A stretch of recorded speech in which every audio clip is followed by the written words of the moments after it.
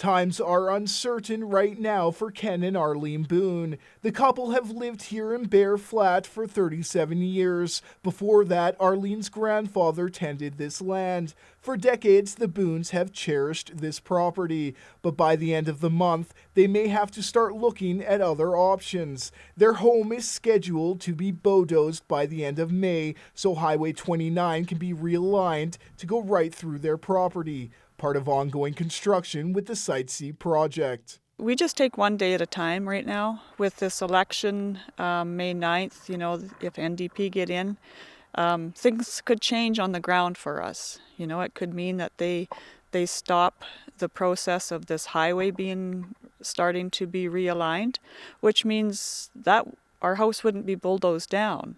So, we just take one day at a time. If tomorrow we wake up and the NDP gets in, they put a stop to the contracts going out for this highway realignment, we may not have to move out of our house. And so that's our life right now, in limbo.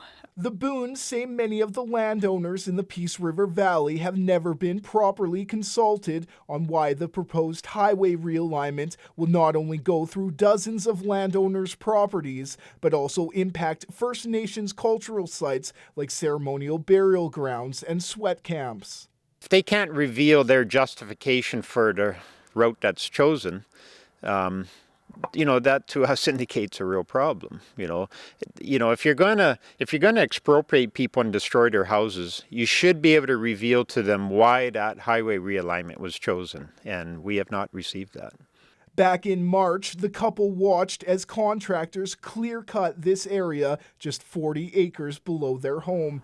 They were told the merchantable timber in the area would be harvested. Instead, it was left in a pile of mulch. Just that small little area.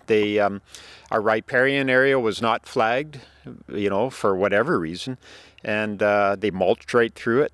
And so for like a month and a half now, it's been flowing water out of what we call Chicken Creek, flowing water through big mounds of mulch right into Cache Creek. And Natural Resource Operations is investigating that, but it just goes on. And a lot of times we see all these really end up, the enforcement, there's no real teeth in the enforcement of these issues. So, they'll get a warning. They'll be threatened with a fine if they don't get in compliance, but, they miraculously always seem to get in compliance again, and then it carries on. The Boons say it's just one small example of the many social and environmental issues that have been brought up since the beginning of the construction of the Site C hydroelectric dam, and many landowners here, along with opposition from across the province, would like to see the project get a proper and full review from the BC Utilities Commission. They say it's not too late to make a change.